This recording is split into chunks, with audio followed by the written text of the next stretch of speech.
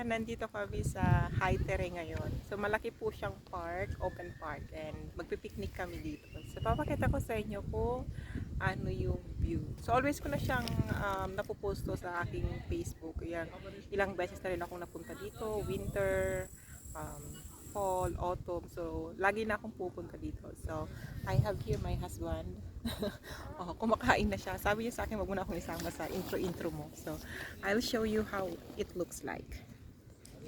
So, maraming tao. So, actually ito yung baon namin. Ah, yung langaw. Sorry. Pag summer, maraming langaw. Nagsisilabasan sila. So, this is the view. Yan. Maganda ng mga puno actually. So, yan. O, diba?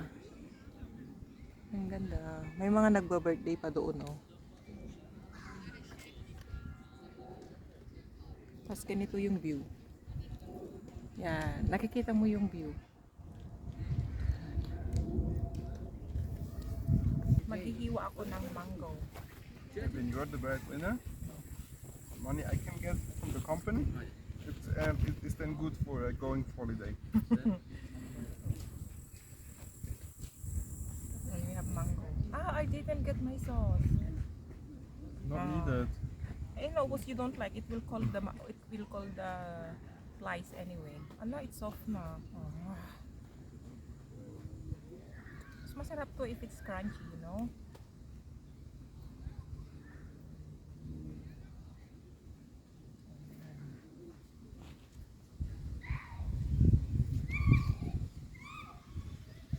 Oh, see the flies are close that muna, babe, because they will.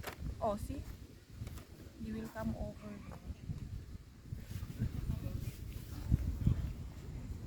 I'm happy that we got this picnic mat actually. It's better, no? You don't agree with me, huh? Too expensive pa sabi mo, huh? It's half the price na, huh? But you really need to make sure you get all the green stuff off. It doesn't taste good. Ako. Sour. Tumaarte na sour na naman siya. Ito na naman yung ikaw talaga. Naku talaga. Torsten ka. You're so maarte in Tutu. I will throw you in Philippines. Let's see. If you can be maarte there. And Maarte there too. But there you have no issues with the mango. Yeah, the mango here is different. But we have some like big mangoes there too, like this. But the taste is different here. It's really different. And the color, you know. When you cut them. We have also naman big mango. It's hard to cut because it's very big. I cannot hold it. It's sliding in my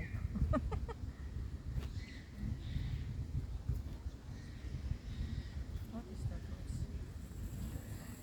Ang laki kasi niya, oh, tingnan nyo. Nahirapan akong hiwain. So ayan, kakain kami ng mango. Plain lang siya na mango kasi wala kaming dalang.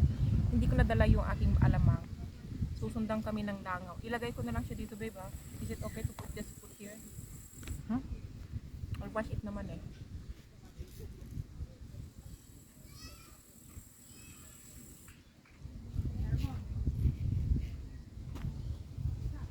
Diba?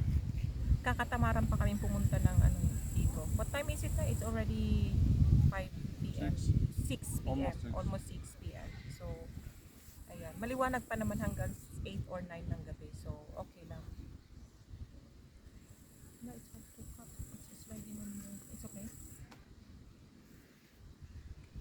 Yeah, just the skin doesn't taste good. Yan na naman siya. Oh. Don't look at it. Don't think of it. Just eat it. Ka na naman, you're doing that to me nga eh. When you don't chew it. Then I need another tissue in my hand to wipe my hand. Later.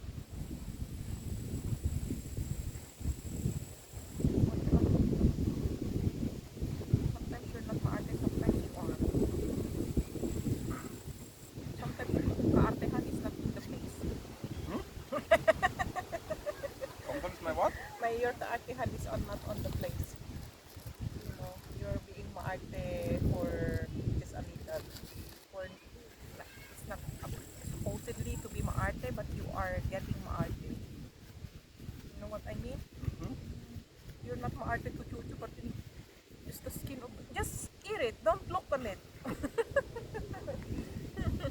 I don't even look on it, I taste it. You know kasi you're saying it. I know you're doing this and then your tutu is like you're eating. I told you when you're eating something you don't like. At least we got salt.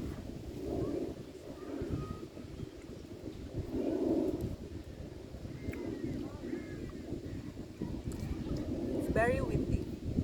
So, maraming tao dito. Feeling namin may nag-party-party dito kasi meron nagtatanggal ng mga tent. May mga decorations sila, may cake. And dito sa kabilang side namin, parang may nagdiriwang ng kaarawan. Kakanta sila ng ano pa dito. Tapos may mga batang naglalaro with their parents kasi vacation na ng mga bata ngayon. So ang policy dito is when school vacation pala. So when is the school vacation? July bis? August? 9. Yeah, July. Beginning of August. So 1 month only? The school vacation? 5 weeks. Oh, 5 weeks. So almost more than a week, more than a month lang yung vacation ng mga bata dito. So ang policy dito is if you have a kids and they are on their vacation, school vacation, the parents is obligatory to take a break or Not vacation obligatory, they or are. mandatory. No, they What? are. Need to as a They parent. are handled with priority in the companies because they cannot choose when to do the holiday because they need to adjust their holiday to the kids. Okay. Ayun. Yun po yung gusto kong ibig sabihin. So kaya kapag ganito na mga season, marami kang nakikita mga bata with their parents na sa park. It doesn't need to go into fancy place, you know. Sometimes sa mga kabahayan lang nila sa apartment and then sa mga park flats sa park playground doon sila nag-play.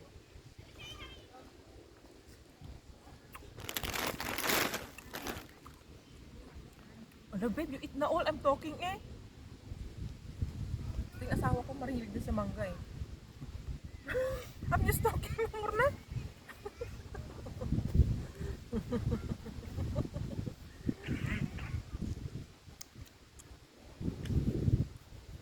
Maganda dito kasi malawak siya. So, during Kinderfest, yung mga bata dito sila, kaya yung mga grass parang medyo dry siya. Kasi they put a lot of stuff here like You should explain what is Kinderfest. they know, Kinderfest it's for children festival. It's the beginning of the holidays, of the summer holiday season. Means it's the end of the school year. Yun. Alam ko lang Kinderfest. So dito yon, dito sa Haitere yun. Mataas to na lugar actually, so paakyat siya. Pero dito sa taas flat siya. And then dun sa banda dun is may mga little zoo, may mga animals dun konti. So later on, kung kaya pa nung time, papasyal namin kayo dun.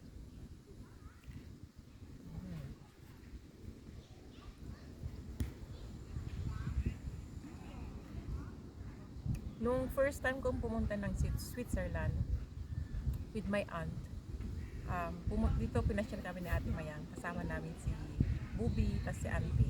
So dito, maka-jacket kami nung kasi, it's still cold on that March, right? Then, my second time was when you bring me here. Dinalayan niya Yep. ako dito. We went here for walking. And then, the third time, I don't know na ilang beses na, more than 5 times ako nakabalik-balik dito. Gusto ko dito. Yeah, because it's a nice upper point and you can see the valley. You can see many kilometers from here. You know, in both Ganda. directions of the valley, depending where you stand. I don't have finish it. I'm just saying, I'm very shocked that it's sour. It's just evaporate. Yeah, that's the skin. No, it's not the skin. Ito na naman skin. Oh, bite the skin if it's sour. Oh, it's not sour. Pinagbibintangan niya kasi hindi ko daw tinanggal ng maayos yung skin. Talaga. Taste the skin if it's sour. With this, I will eat the bone. Okay.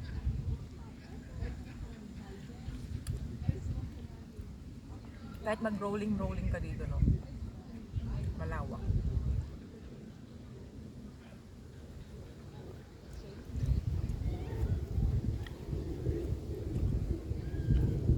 And what is the other festival that they are doing here? I did an open air. Open air. O, meron din yung ganun. Yung may mga banda, may mga ganun, may inuman, tugtugan, music, and then Pop. yung pop, yung ganun, yeah. May 3 days yun, right? 3 days. And 4. 4? Not 3? 4. Sometimes even 5. But they need to put tent. Nagpuput sila ng tent. Tapos kailangan nilang mag-rent, magbayad. Kasi nga, preserve, inaalagaan nila yung mga grass dito. So Here? after ng ano, Here on top are the stages. yeah, ano. Yung mga tent is sa baba, may papalibot nito. Tapos dito yung mga mabibilhan, mga stages, mga kung ano-ano. So may bayad yung entrance pag pumunta ka dito. Yung mga nagka-camping, nagtatayo sila ng tent sa kung saan, dito sa palibot. Kasi of course, gagamitin nila yung fund na yun na i-restore yung grass. Right? They need to restore the grass kasi mamamatay. Just like ngayon kasi katatapos yung Kinderfest. So yung mga damo mukhang dedo, mukhang ano siya. They actually put special plates out so the people don't walk directly on the grass because it really kills it. Yeah.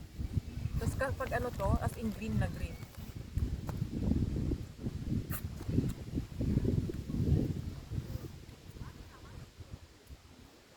The problems start when it's raining because they will do the festival even when it's raining. It's part of it.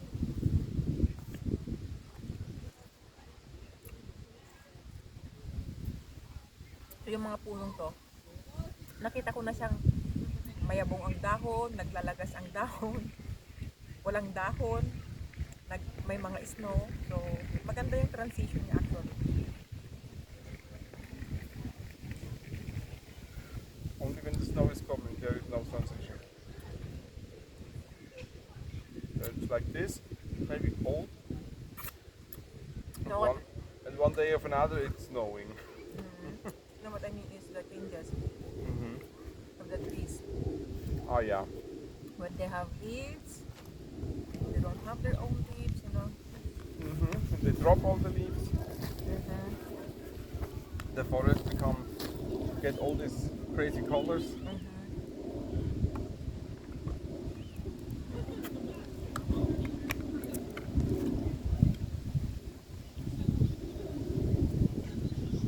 So I will show you later on kung ano yung mga nasa baba mamaya.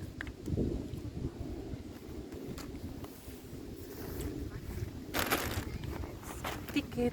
So yun yung place namin. So napakalawak talaga niya. So ayan, lawak niya talaga.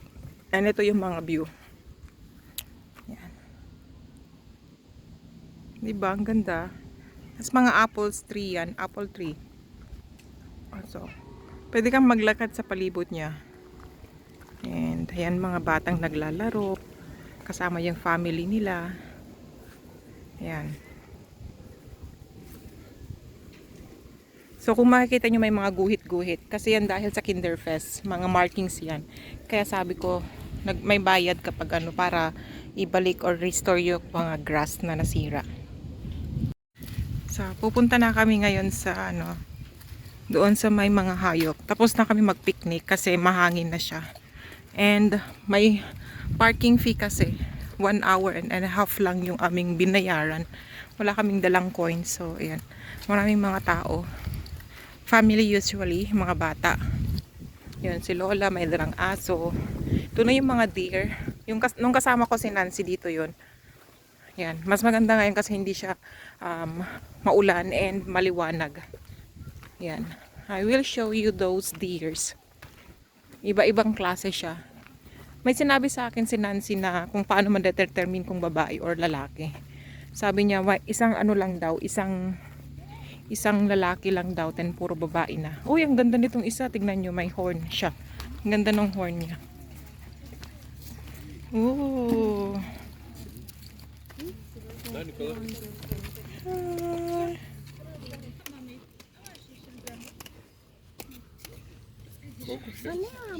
That's cute.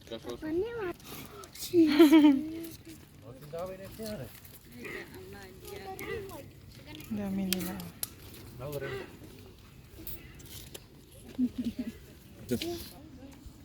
Yan siya, oh. It's a male. That's the only one male, right? That's the one Those with the horn. yeah. So, ito yung wild pig. Dalawa lang sila.